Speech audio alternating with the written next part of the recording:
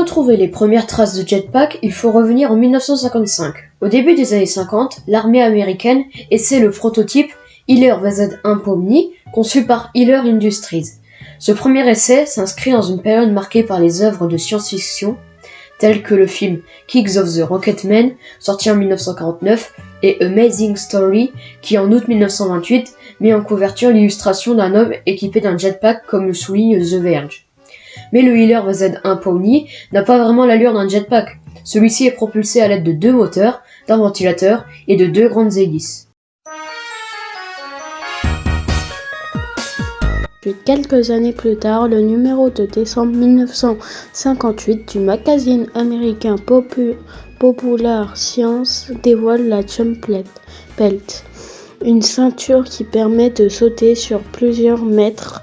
Celle-ci est composée de 5 récipients dans lesquels il faut placer des cartouches de produits combustibles produits par l'entreprise américaine TO Chemical Corporation.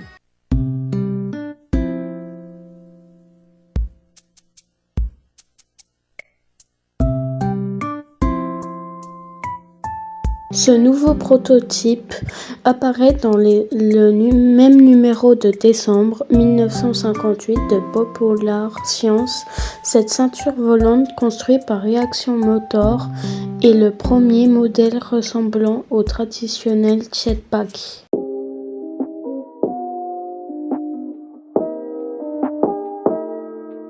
Cette nouvelle version, conçue par le constructeur aéronautique Bill, a été pensée pour l'armée américaine. L'appareil fonctionne au peroxyde d'hydrogène et comprend des commandes manuelles, permettant de contrôler la trajectoire du vol. Cependant, celle-ci ne dispose que d'une mince autonomie de 21 secondes.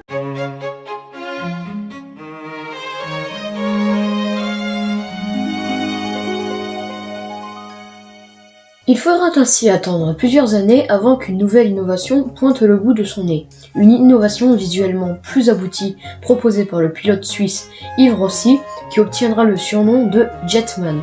Son invention, qui lui donne une allure de super-héros, fonctionne grâce à des moteurs à réaction JetCat P200 à kérosène alimentés par une paire d'ailes semi-rigides en fibre de carbone et dispose d'une autonomie d'environ 6 minutes.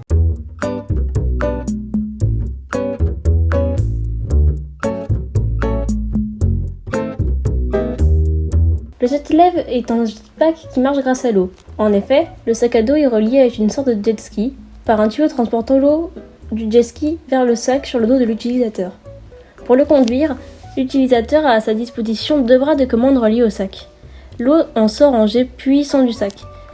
Le créateur Raymond Lee a commencé le projet en 2000 pour le terminer en 2009.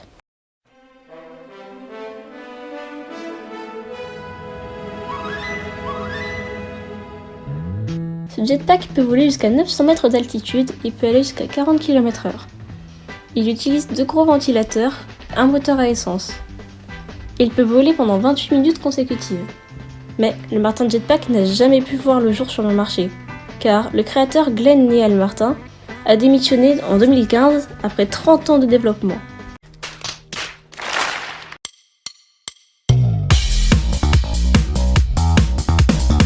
Le fameux Flyboard Air a été créé en 2016 et présenté au grand public en 2019, lors de la traversée de la Manche.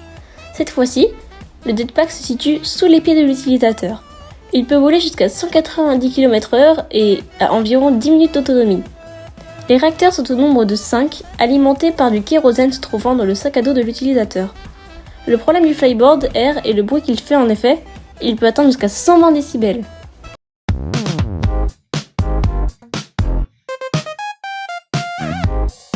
Le Jet Suite 2017.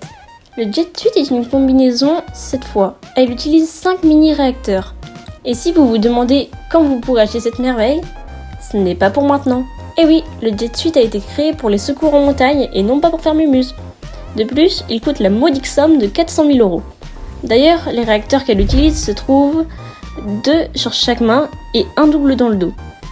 Et puisqu'elle a été créée pour les secours en montagne, elle peut atteindre jusqu'à 3600 mètres d'altitude. Impressionnant, non ?